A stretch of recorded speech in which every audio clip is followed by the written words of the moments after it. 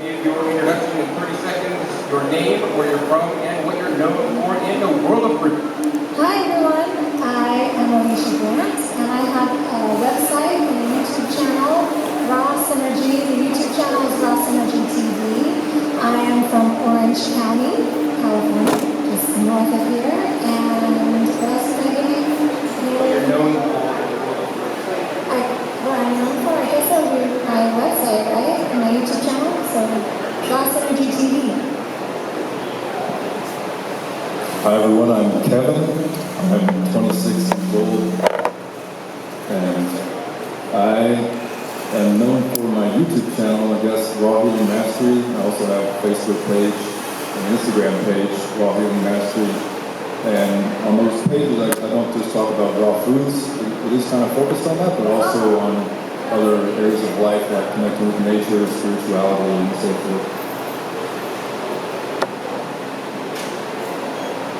My name is Tarah, and I'm actually from Canada, but I currently live in Denmark. I would say originally I was known for doing raw foods and cold climates, because I lived in Canada and then now in Scandinavia, so this time my specialty. But it's since kind of deviated to pretty much more health and travel and adventure and things like that. I can just focus on raw foods anymore because I have other varied interests. And that's all it. I'm Dr. Benulis. I'm a chiropractor in Phoenix. 8-9 years ago, I reversed a rare autoimmune condition called chronic myalgic encephalopathy on a fruit-based diet. So I guess that's what I'm known for. Hi, I'm Rebecca Rosenberg, also known as Texas Fruitarian on Facebook, Instagram, and YouTube. And I am known for multiple sclerosis, Hashimoto's thyroidism, type 2 diabetes, and so forth.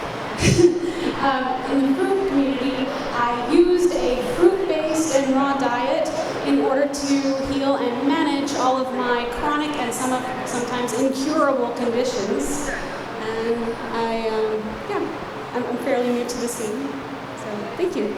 All right, great. So now we're going to get into the questions. So everybody, please limit your response time to 1 minute or less. We're going to start with Alicia over here, and then just everybody answer the same question down the row. And then I might put in my 2 cents, or just go to the next question. So the first question is, what percentage of your diet is raw fruits, and why do you feel fruit is so important? I've actually in the past, I did 80 to 90% of my diet was fruit, sometimes 95%. And I did that because it made me feel amazing. And I loved it because the amount of vitamins and nutrients that you get from eating fruit is so powerful. I am currently doing the opposite right now. I'm doing mostly greens and fat and only a little fruit. And I can tell you, I do not feel the same, but I am experiencing some issues with food sensitivities that I'm trying to heal right now, so I cannot wait to get back to eating more fruit.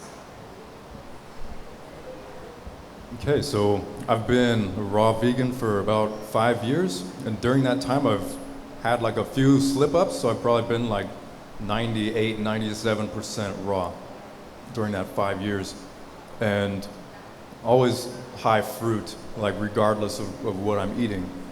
And I would say fruit is so important just because it's so life-giving. It's like so high in water and the enzymes and the phytonutrients and the minerals. And I just feel like if I'm going through a period of only eating fruits, it's just so like illuminating. Like I feel like my brain is firing on all cylinders and I just feel so connected. And like everything is just so effortless and so high energy. And it's just so cleansing, and I feel like it's the easiest food to digest. It just feels the least obstructive in the body, and yeah, it's just really comfortable. So in the past, I was probably pretty similar to the last two, where I ate primarily fruit.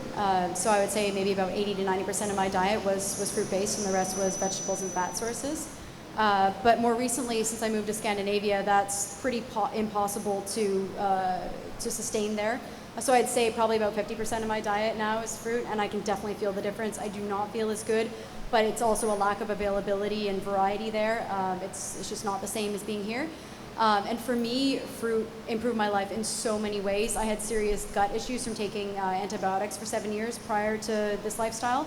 And then in addition to that, I had cystic acne. And so fruit was able to, not just fruit, but a raw food diet in general, was able to help me overcome those, where I now very rarely experience digestive issues and skin issues. So that was my main reasoning. And also I just feel so good and just light, and yeah, it just feels amazing to eat fruit. Okay, so probably over the years fluctuated anywhere between 75 and 90% fruit. And I think fruit is the ideal food because it has everything we need in terms of the correct ratios of macronutrients, of protein, fat, and carbs, all the micronutrients, vitamins and minerals, all the phytonutrients that aren't found, outside the plant kingdom. And then it leaves behind everything. Has the least amount of what we don't want. It doesn't leave behind metabolic waste. It doesn't cause all these other problems that animal foods cause and things like that. So it's got everything we need and pretty much nothing we don't. I've usually stuck around 80 to sometimes 100% fruit over the last 5 years. I do a lot of fruit-only challenges, just not for any particular reason other than they're fun, and they make me feel good. And I recently, a few months ago, tried more vegetables than fruit just to switch the ratios around. It was actually a challenge from my vegan medical doctor just to see what would happen, and I didn't feel as good. I didn't have my energy, my vitality, and so I feel my best when I am predominantly fruit. And but I do include vegetables. I do include some greens, and but I notice that if I don't eat enough fruit, I feel like a lot of things for me suffer. All right, great, everybody. So I would say that I probably eat, nowadays, the majority of my calories come from fruit, so that would be over 51%. And over the years, since I've been evolving in my dietary preferences, I've probably eaten in the past anywhere between 80 to 90% fruit as a high. But I've stabled in and trying to really incorporate some vegetables processed properly in my personal diet. And I think, fruits and vegetables, they're full of phytochemicals and phytonutrients, so the most healing foods on the planet. The fruit specifically, higher in calories than the vegetables, so it's a lot easier to meet your calorie needs, although I don't believe we should neglect vegetables, all right? Okay, so my fat content. So nowadays my fat content is super low, like maybe 10% or less.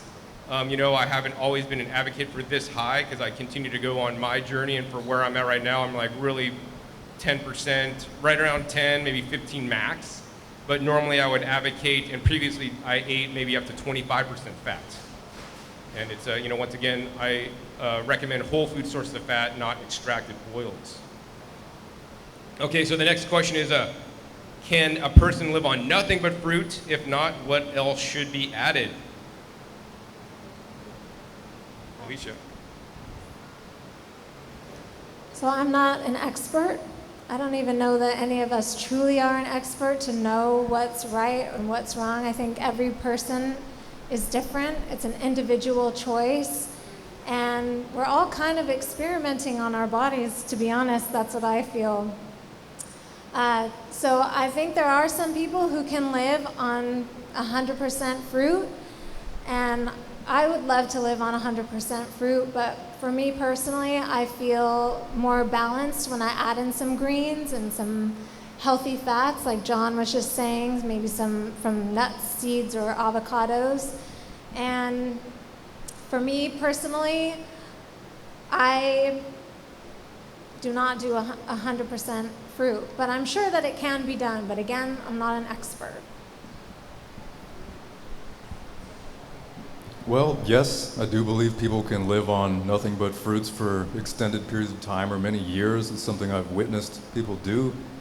And also I've witnessed some people who claim to be breatharians who go very long periods of time or years with supposedly no food. I've met some people who claim to do that, and it's a state of consciousness because your mind can literally like there's the placebo effect where your mind can have a profound impact on your body, like your physiology. It makes sense to me because it's all connected. And I think if you reach a state of consciousness where you are so relaxed, where there's like virtually no stress happening in your body, then yeah, I think you can reach those kinds of states where you can consume very little or no food for extended periods. So I think logically, if that is possible, then I think it is also possible to eat nothing but fruits for a very long time. But I would say for most people, in the stresses of like reality, like the real world, then that might be very challenging or difficult to achieve. And probably some other foods or nutrients would be advisable. I second what they said as well. From my personal experience, I haven't been able to eat only fruit. I find that I crave greens and fat, and without those items, I feel like I'm lacking, and then tends to lead to something like binging on unhealthy foods to try to fill that void.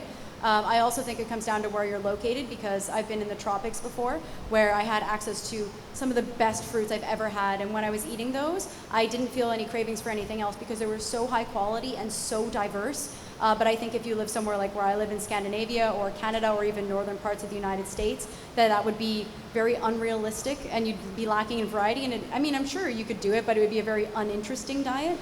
So I think that while it might be possible, it's not something that I would really want to explore because I really enjoy having greens and fat as well. Yeah, pretty much going to echo what most everybody said. I think there's value to doing it for a short period of time. Like if you want to do a banana island or a watermelon island or something like that, there's value. But if you look at anybody who's a super long-term raw foodist, none of them are doing all fruit. And, they're crediting a lot of their success to greens and some degree of whole food fats. Well, I live in Texas. I can only speak from my own personal experience from Texas. I enjoy my times when I go 100% fruit for short periods of time. And I also enjoy the moment that I feel my body begin to crave greens and crave vegetables again. And that's when I'm just like, yes, and I can really enjoy them, without the benefit of dressing, just plain as is. And so as far as, is it possible for other people, maybe in tropical climates where they have access to beautiful fresh fruits? I don't know. I've heard of them exist, but that doesn't necessarily translate to everywhere in the world, your access to quality fruits and everything. I'm very comfortable not being a 100% perfectionist fruitarian.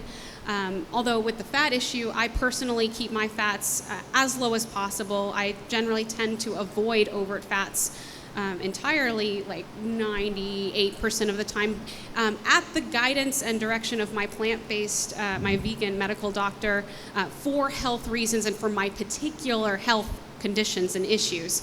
I don't think that applies to absolutely everybody else, but for these particular issues, fat can be an inflammatory trigger. So that might be just a personal, unique experience for me.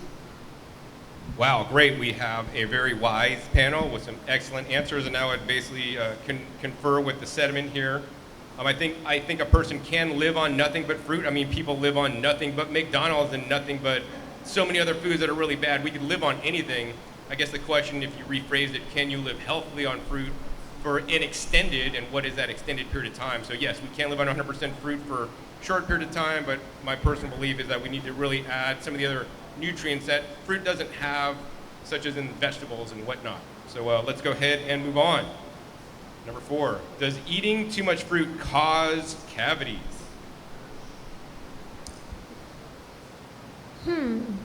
From my personal experience, I have really been blessed with strong teeth. I have friends who eat really well and brush really well, but they still have dental issues. I went probably 9 months on fruit only and never ever had an issue. The only time I ever had an issue with cavities this entire journey, which has been 10 years, was when I stopped using toothpaste. I stopped using toothpaste. I did an experiment. I wanted to see what would happen. I stopped using toothpaste. I brushed, I flossed twice a day. And after 6 months, when I went to the dentist, I ended up having, I think it was 1 or 2 cavities, and my teeth were incredibly stained. They looked really bad. So I recommend definitely using a quality toothpaste or tooth powder. I love tooth powders. And really taking care of your teeth, because they gotta last you your whole life. But it just depends. I really believe it depends on your genes, your history. There's a lot to it. Yeah, I think I've also been blessed with a really strong constitution. Like, I've always had good dental health. I've had like virtually no problems. I think the problems that I did have came before like eating a raw vegan diet, and I actually saw like some improvements going on, like a high fruit diet. And I think people can run into problems if they're eating unripe fruit. Like if you're eating a lot of unripe citrus, like I did have like some tooth pain one time when I was eating like a bunch of unripe pineapple like days in a row, and I was like, I should stop that, and I did. But yeah, I like to periodically whiten my teeth with cacao or use neem leaf. I think neem leaf is really good for oral health, just in general. I wouldn't say that it's a high fruit diet that causes cavities. I would say that it's the habits that come along with a high fruit diet. I used to be young and impressionable, and there was this craze that I wish didn't exist but did, where everyone was saying that toothpaste was really harmful, and because I was impressionable, I followed with that. And I think for about 2 years I didn't use toothpaste. I still brushed and flossed, and from that I think I developed about 20 cavities. Before that, I had never had a cavity before. Just eating a raw vegan diet, eating a vegan diet for several years. And I would say that it's the biggest mistake I've ever made by following people on the internet rather than those who are actually experts in their field. And unfortunately, I can't take that back. And that's something I have to live with for the rest of my life because of it. And I would say, with what Alicia said, you need to take care of your teeth because you need to have them for the rest of your life. And please just use toothpaste. That's all I'll say. Eat whatever you want, but just use toothpaste. I pretty much echo what everybody else said. Ultimately, poor dental hygiene habits are what cause bad dental health. Just to add on, dried fruit is definitely a problem. I went through a period where I found a carob tree, and I thought it was like the coolest thing ever. Foraged probably 200 pounds of carob.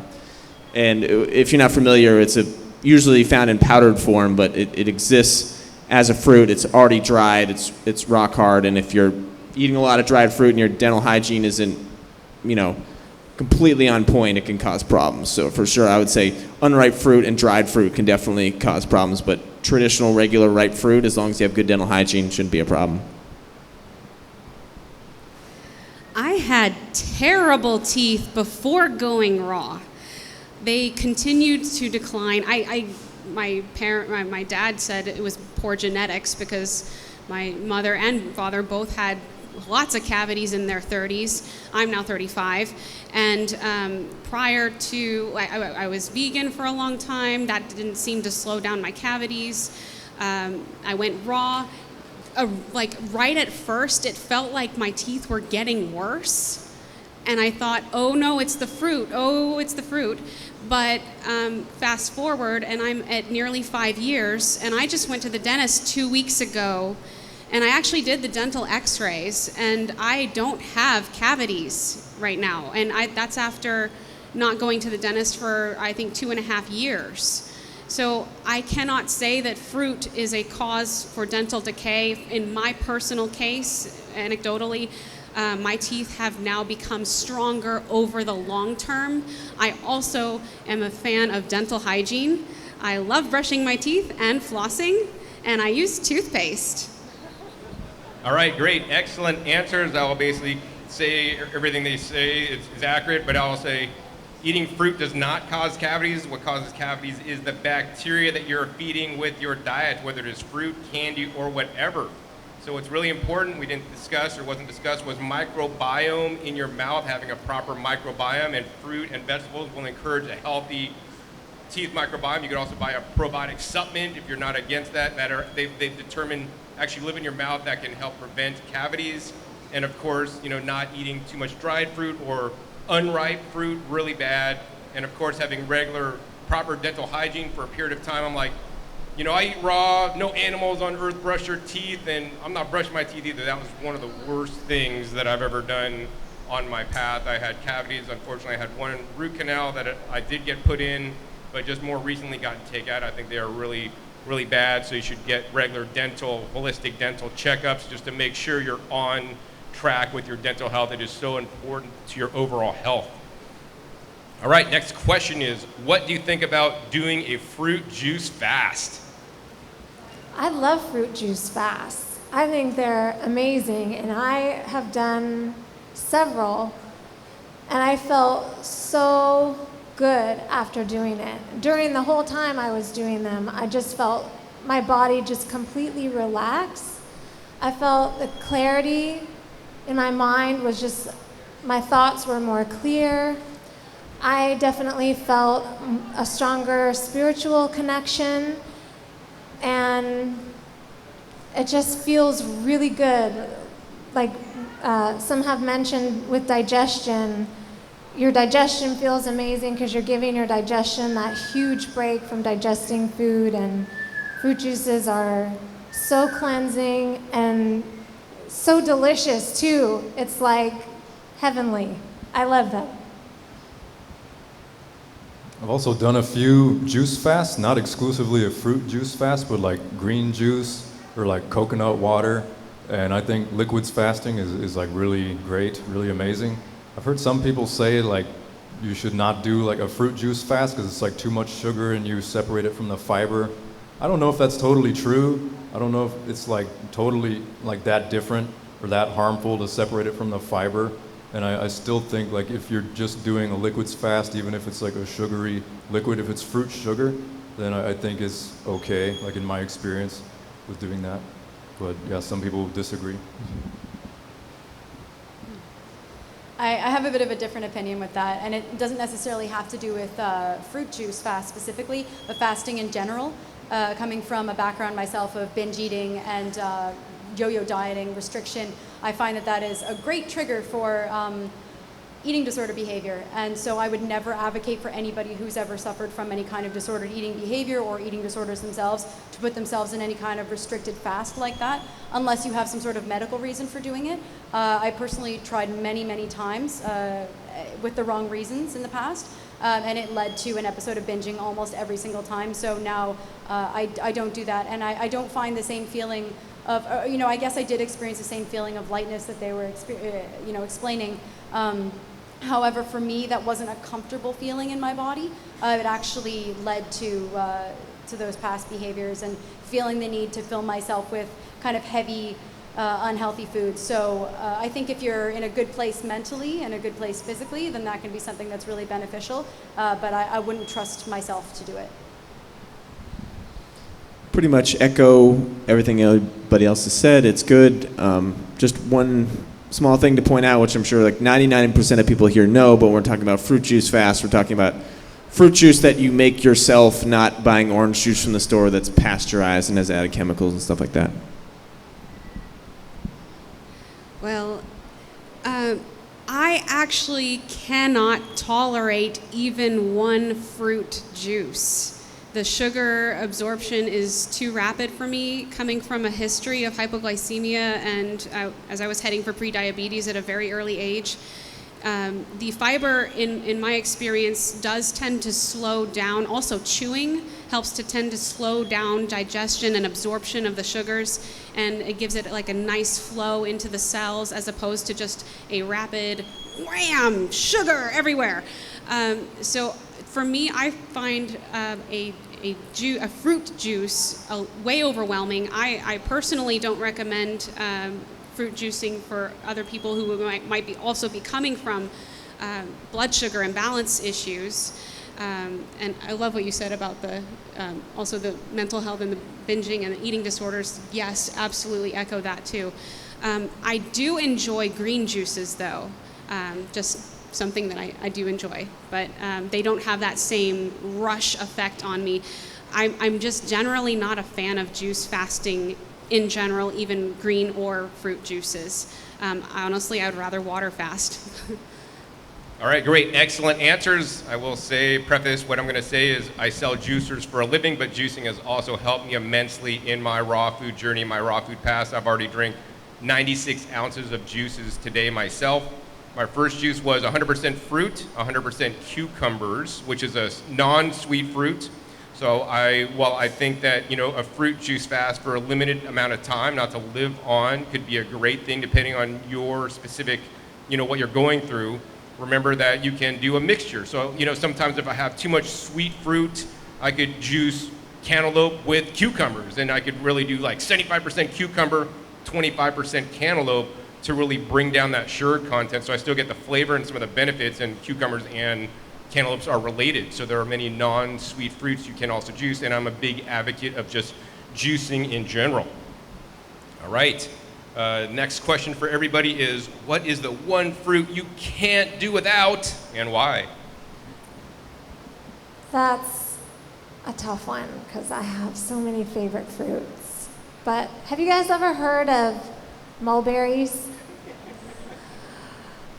There's a specific mulberry that is my favorite. Most people really love the long finger-like ones, and I love those too, but my favorite is the Persian mulberry. It looks like a blackberry, but there's something about this berry that is so amazing. And the crazy thing about this berry, if you've never heard of it, the reason you probably have never heard of it is because it's so delicate. When you go to pick a ripe one off the tree, even if they're not ripe, the juice just starts pouring out of them, and there's no way to carefully get them to a store. So I highly recommend, if you guys have a backyard and the ability to plant a Persian mulberry, do it, because it's like eating the best, most amazing blackberry pie just in this little fruit. So good.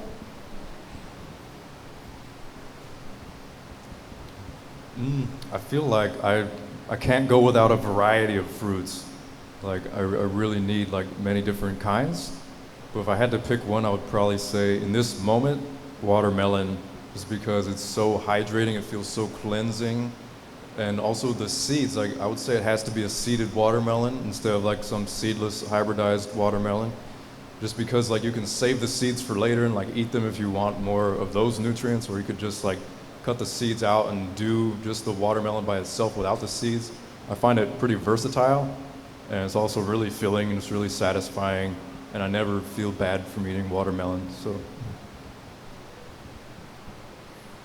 At this point in my journey, I would settle for any quality fruit. After living in Scandinavia, just getting a decent watermelon you really start to appreciate all fruit, and you realize that it's really a privilege to have quality fruit. But there was one fruit I tried when I lived in the Daintree rainforest in Australia, and it was called the Suriname cherry, and it was, to this date, the best fruit I've ever had, and I only had 2 of them, but I recall the experience so vividly because they were so amazing. And I would love to find them again, but I would say that's probably not going to happen anytime soon. So in the meantime, I'm absolutely loving and can't live without mangoes and watermelons. Okay, yeah, mulberries is a good one, but they're only in season like 1 month out of the year, so to say you couldn't live without them, I mean, I already do 11 months out of the year, but if I had to pick a mulberry, it would be the Pakistani mulberries. That's the ones I like. But I'll say mangoes because they're in season 6 months out of the year pretty much, and they're my favorite. Homegrown Texas tomatoes. I have an addiction. It's bad. Yeah. I buy them by the case, even when they're not in season. It's ridiculous. I have like a tomato budget. So. All right, excellent answers. The one fruit I cannot live without are ones that I pick myself at optimal ripeness. Otherwise, I can't deal. I gotta do that quite often, actually. I got an addiction. All right, so the next question is, what is your least favorite fruit, and what do you have against it? Ooh, that's a tough one. Ooh, least favorite fruit. Wow, I'm totally blanking at the moment. I love all fruits. Least favorite fruit. Can't think of one. You might have to come back to me. I would have to say apples just because they're like so generic and like it's hard to find actually good apples like unless you grow them yourself and they're like tree ripened, but just like the apples you get from the supermarket, which I had so many of like in my childhood, they're like covered in wax and they're just like weird and like mushy and they're just not that good. And yeah, probably those. I definitely second apples for sure. Or really, yeah, apples and pears sometimes as well. But one fruit I really don't like that everyone who's interested in tropical fruit seems to really love is soursop. I actually just can't stand it at all. So I don't have anything particularly against it. I mean, if people want to eat it, go for it. But yeah, I just really don't enjoy that. That's funny because I think soursop's my absolute favorite, but you know, everybody has their own taste. Kiwis are disgusting for me, always have been. I don't get it with the kiwis. I don't know what you guys like. Bitter melon. Need I say more? It's bitter. It's gross. Don't try it. Yeah, I was gonna say like noni or something, but then I really thought about it. Like noni really isn't that bad. It's just really not tasting good, but there's so many nutrients, and some people really like it. But I'm like, if I thought about it more, I'd have to say standard bananas. You know, not only are they you know taking down rainforests to do monoculture bananas, the sprays that they're using, they're also picked way too ripe, and to me they taste like cardboard unless you're growing them yourself and they're ripened properly and picking them fresh. All right, I barely buy bananas actually. Okay, number 8. What advice can you offer someone who is considering becoming a fruitarian?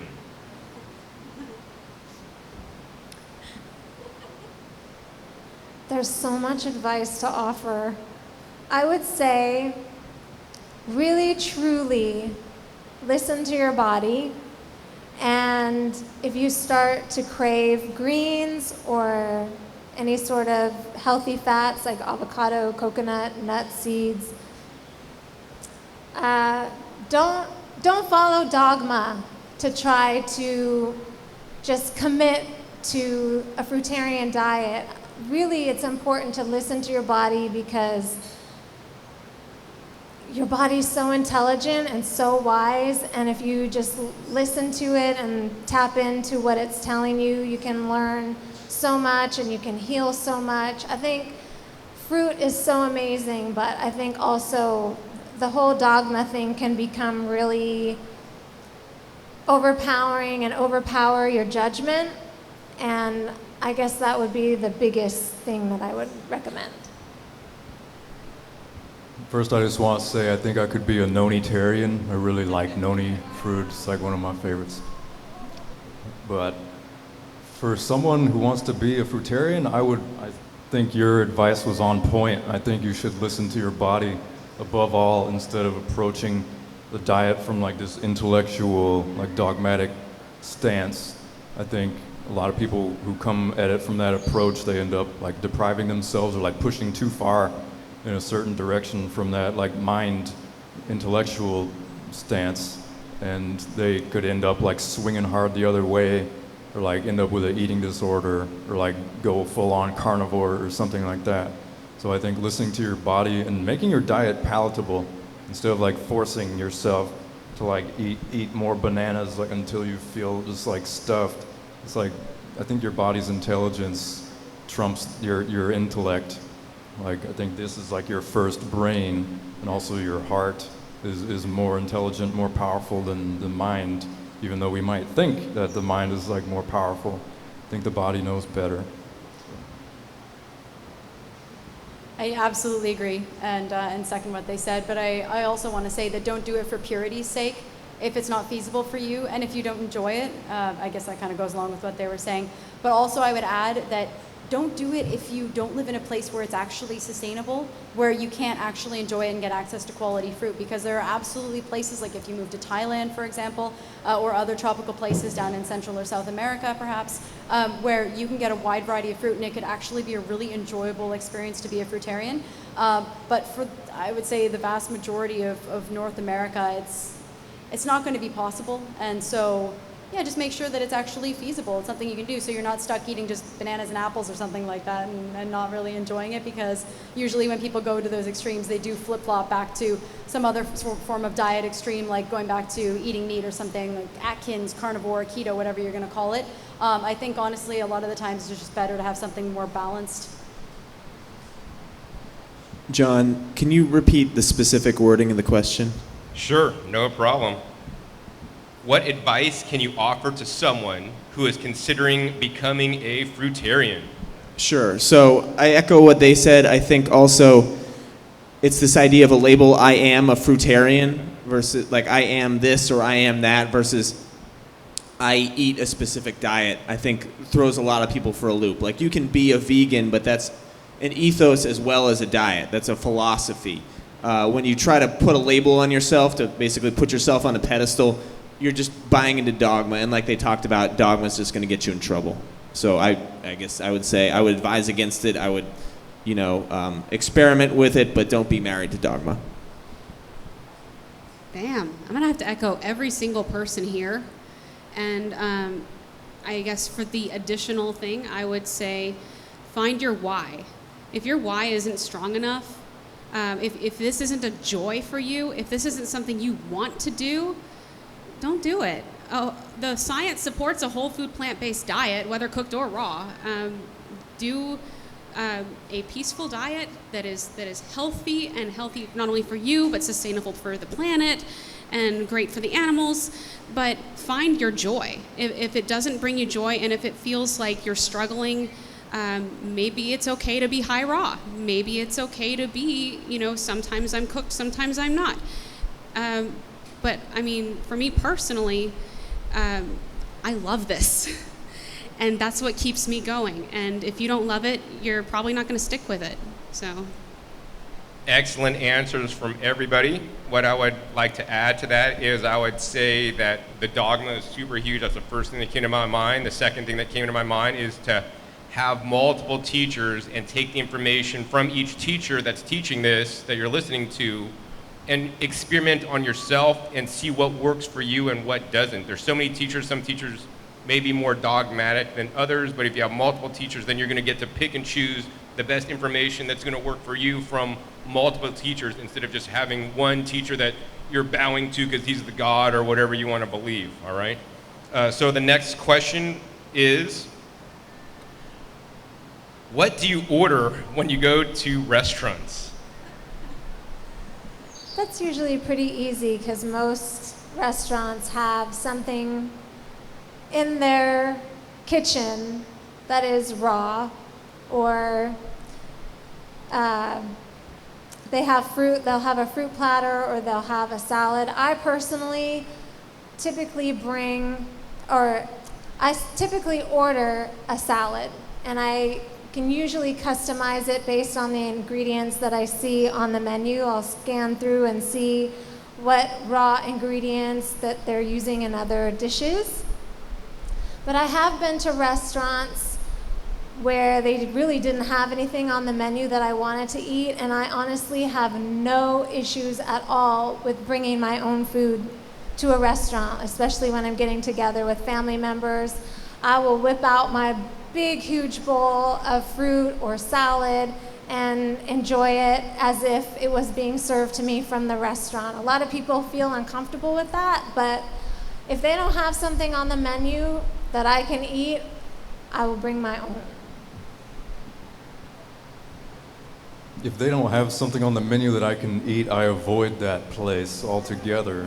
Unless it's some place like Peace Pies where we were eating last night, I just tend to avoid restaurants altogether. I guess when I start getting into the lifestyle, I had a lot of friends who were like wanting to go out to restaurants where there just wasn't really anything on the menu other than like a salad with some like crappy dairy dressing and tons of salt on it. So like just stopped doing that, and those friends like eventually stopped like calling me to go out with them. So it got me thinking like, if all these people really want to do to connect is like go and eat crappy food, and like that's the whole like basis of the relationship, then maybe I should like do a purge of my friends list, kind of like people do on Facebook, but in real life. And yeah, I just had to do some reevaluating of like, okay, if people are like encouraging bad behaviors, then are those really connections that I want to keep? So yeah, I basically avoid restaurants. I also tend to avoid restaurants. It's not necessarily because of, what they have on the menu or not, but I am just so overpaying $20 for a subpar bowl of lettuce with some chopped up tomatoes or cucumbers in it. I wouldn't call myself cheap, but I'm absolutely frugal, and I just can't be bothered paying for something like that when I can make a delicious meal at home. So instead, what I try to do if I'm getting together with people who want to share a meal together is we cook together. We arrange it at someone's house, and then we go through the process of cooking it or making it, preparing it, whatever you call it, to kind of bond in that way. And also in Denmark, there's just really not a whole lot available, and it's likely going to be unhealthy foods. And in those cases, sometimes I do just choose to enjoy the vegan treats or cheats, whatever you want to call them, because sometimes bonding with family, especially my husband's family in Denmark, is more important to me than eating healthy in that moment. So sometimes that's a choice that I make. Pretty much just echo what everybody else said. I don't think we have anything to add. Well, when I first went raw, I felt like this fear of missing out, like I was really missing out on my social life with my friends, because I felt really uncomfortable at restaurants. But now I feel like an aversion to restaurants, and I feel like my circle of friends has actually changed quite a lot. And like Megan, the raw outlaw, and I will rather go to a grocery store and hit the produce section and just eat at the grocery store, and that's like eating out for us. But there's a select few restaurants that I will be willing to get food at. The rule is they has to be vegan, or else I risk cross-contamination, because I'm just very sensitive to that now. And then I will generally order, fruit or salad. There's a restaurant in Austin that knows me, and they sometimes make specials just for me because they know I do the low fat, no salt. And so I feel like having gone raw and fruit based, you tend to, your social priorities will change, and that will become more comfortable as you go along. All right, so let's see, for me, what I order when I go to restaurants, number one, I rarely ever go to standard restaurants. If I do go to a restaurant, it's gonna be a raw vegan restaurant, or I'm not eating there. The thing with restaurants to me is that you really cannot control the quality or how the food is prepared or what is added to it, what it is cut next to, what knife they use, and all these things. It just, I wanna be able to eat what I wanna eat, not what they have on the menu or what I wanna order off menu. I don't necessarily like to go to raw food restaurants. I find them overpriced, but also if I'm at a place, I'll go to a raw food restaurant to make a review video to let everybody know how it is and how it affects me. Generally, when I even eat at a raw food restaurant the next day, I generally don't feel as well as if I made my own dinner at home. And I would rather go actually to a farm and film a video explaining and showing what the farm does, and then at the end of the leaving the farm, I always get to take home produce to eat, and that's how I eat when I travel, visiting farms and farmers markets, all right? All right, last question we have today on this paper, and then we're gonna go to you, the audience, is what fruitarian inspires you the most?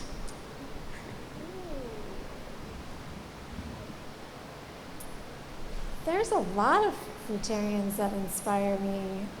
Well, maybe they're not 100% fruitarian, but I guess during my journey when I was really following very strictly the fruitarian diet, I had a little bit more of that dogma attitude. I think Ann Osborne was, her energy and her vibe and everything she teaches really was inspiring and motivating, and it really helped my passion for fruit and eating more fruit.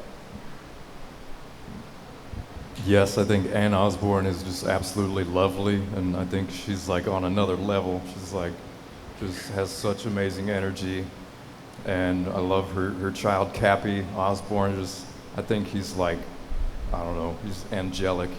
And yeah, I think they're really amazing examples. Also Ted Carr, I really like Ted Carr's YouTube channel and his videos. I think he's just really hardworking and just a really strong voice in the movement. And he's also just very fit, and I think he has just a lot of good success tips. So I like Ted Carr. Yeah, I was also going to say Ted Carr. Not because I don't appreciate Ann Osborne, but because that lifestyle was never very practical to me. I didn't find it relatable personally, although I do think she's lovely. But Ted is a personal friend of mine, and what I like most about him is that he's practical, reasonable, and he's open to change if something does change in his life or he decides to try a different diet. He's not dogmatic about it, and that's what I really appreciate, because I think that practicality plays a big role in this, and I think it's really important to be reasonable and logical when doing these things instead of being dogmatic. And also, he's just got a great personality. He's just a really great guy.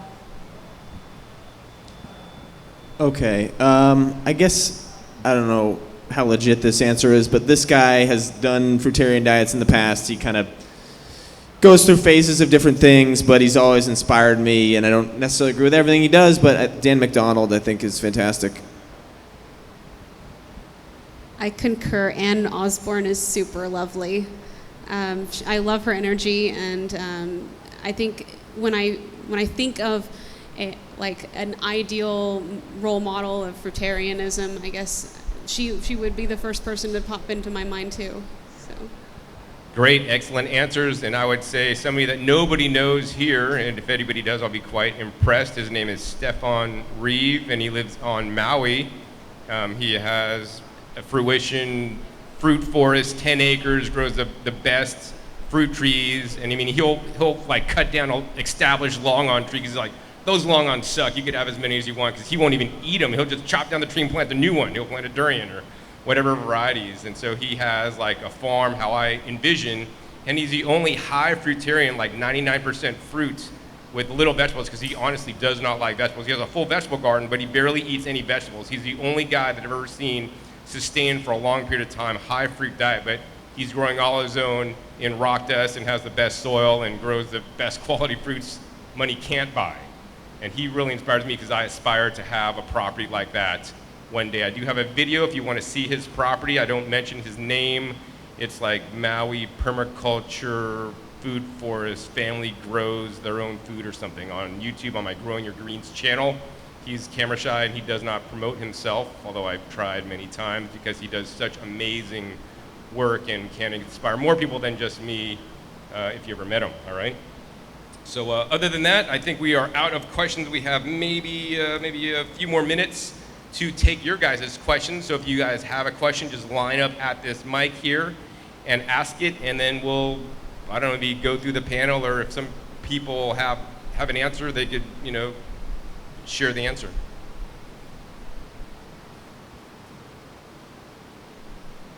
Hey, I've done a lot of juice fasting, a good amount of juicing, and I've noticed some interesting things. I think when I first started doing high fruit, I was more sensitive to fruit. Like I would eat a few bananas and feel like a crazy sugar rush, but I think maybe it's because the fat was still getting out of my bloodstream, because I was just starting to go low fat, high fruit. And now I can drink like a really large amount of fruit juice. Like I was drinking pretty regularly, like 32 ounces of fruit juice, and I would drink it pretty quickly, which I know I should probably drink it slower. But I, like recently, sometimes when I've tried that, like I'll get the sugar headache from it. But usually it's if I do more than 32 ounces. Like I did maybe 64 ounces of it the other day, and I totally got the sugar headache. And I just wonder if you guys have any comments about that. But afterwards, I had like a celery and tomato salad, which calmed me down. So, yeah.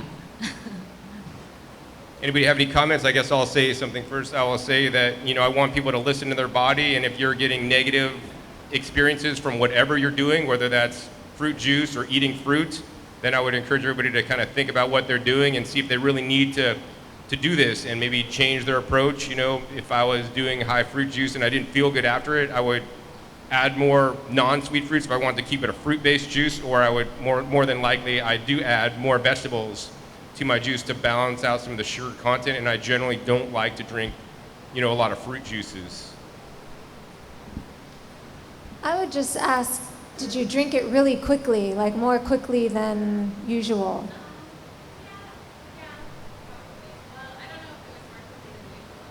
Yeah, because that sometimes if you just take it in really fast and your body doesn't have a chance to really get a grip on what's coming in, your enzymes in your mouth, that's where your digestion starts.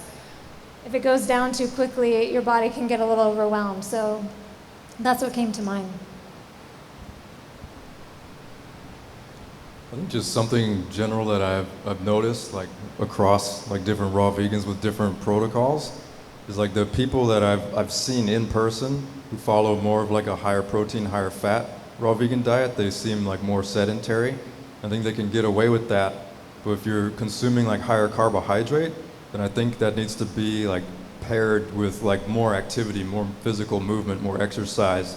So I think if you're consuming like a lot of carbohydrate-rich fruits like bananas, for example, then it's good to like do some running, do some calisthenics, do some kind of activity to like burn off some of those carbohydrates. Because like if not, then those carbs might just like sit and like ferment or something in the bowels or whatnot. I was just going to say something simple, that it's, if you're doing something that doesn't make you feel good, then try not doing it. Just don't do it. I mean, that would be what I would advocate for, honestly. Sometimes it can be as simple as that. Not much to add. I will say I do love doing citrus juice in the winter, as far as like grapefruit juice, orange juice. And I find now that I like to throw some of the pulp back in the juice, and that's what makes me feel best personally. That was a great suggestion. I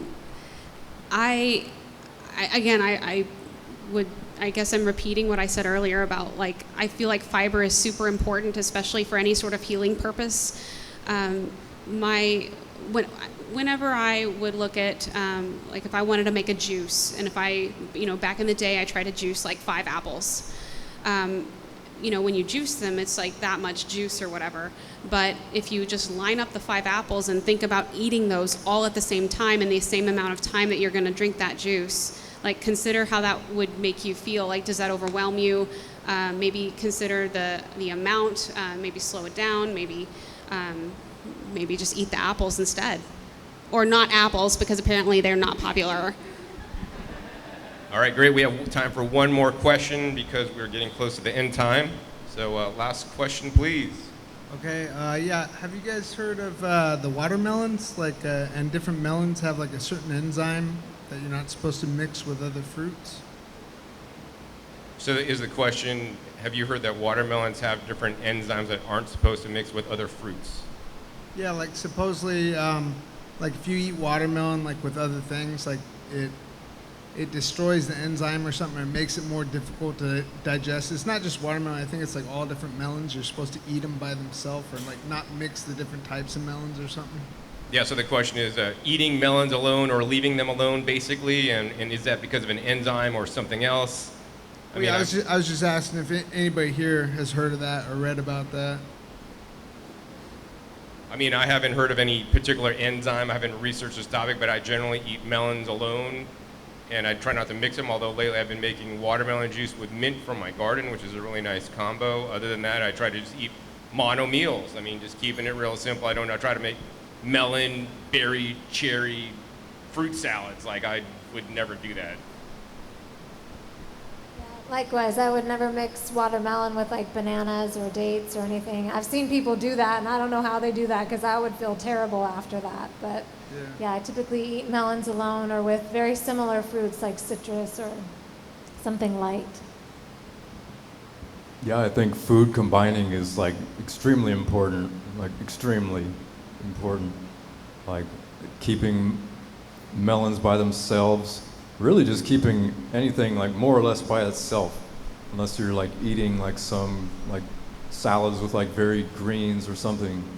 Like I think it's important to keep, like especially on just a fruit diet, to eat like fruits by themselves like throughout the day instead of like a big like mixture, like a different fruit salad or something. Sometimes I really love Mono that meals. coconut yogurt and then a little fruit and yogurt parfait in the morning. Oh man, it's so good with all the different fruits. Oh man, Yeah, it's really hard to tempting. resist that. Have you ever tried that?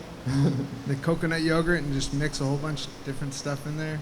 I haven't tried that specifically, but it does sound tempting. It's really But, good, like blackberry, mango, all kinds of stuff. Just in my own experience, like with optimal digestion, I think food combining is like one of the top things. Like even if you're like not a raw foodist, I think food combining can like proper food combining can really take your health to like a higher level. So I'll just tell an anecdotal story. Years ago, hosted a Fruit Luck, and only one other person showed up. It was a good friend of mine. And so we just sat down, and he brought a watermelon. I think I brought mangoes or something, and we're like, okay, we're going to eat the watermelon first because it's higher water content. And I said, and we started to eat, and we're just talking and whatever. And I say, man, I love watermelon, but don't you get like upset stomach from like eating lots of watermelon? And he's like, no, man, that doesn't happen to me. And I look, and we're just, we've been eating slices of watermelons, and I've got like 12 rinds of slices I've already eaten. And I look over at him on the other side of the table, he's eaten 3. And I realized, wow, I eat like 4 times as fast as him. Maybe if I slowed down, I wouldn't have a problem. And when I can remember to, yeah, I don't have a problem, but it's pretty easy to eat watermelon too fast. It's just really sweet, just tastes good, you just want more and more. So totally understand that. I would also like to add, that's typically people in the fruit community call that melon belly. Oh, okay, It's a common thing, and I learned a trick from someone. Whenever I get melon belly, and I can eat melon super slow, take my time, and still get this radiating pain that radiates through my chest and out my back, and it's like the worst pain. Eating some celery or some romaine lettuce, when you start feeling that pain coming on, or even if you're in the depths of just having that horrible pain, lettuce or celery, a good little handful will make that pain go away in minutes, maybe like 2 or 3 minutes. So I recommend that. Wow, thank you. All right, great. That's all the time we have questions. All the time we have questions for tonight. I want you guys out there to give all our, panel, answerer people a hand. They've done an excellent job, in my opinion. All right, thank you. Up next, we have the fruit carving ceremony. So this, if you want to eat at the fruit carving ceremony, it's $20. Some of you guys have paid in advance. And this is the first time at the Fruit Festival that you have all-you-can-eat fruit for $20 if you want to do that. If you don't want to pay, you could still enjoy some of the entertainment at the fruit carving ceremony. It's going to be right out the steps, right up the door in the back. So we'll see you there.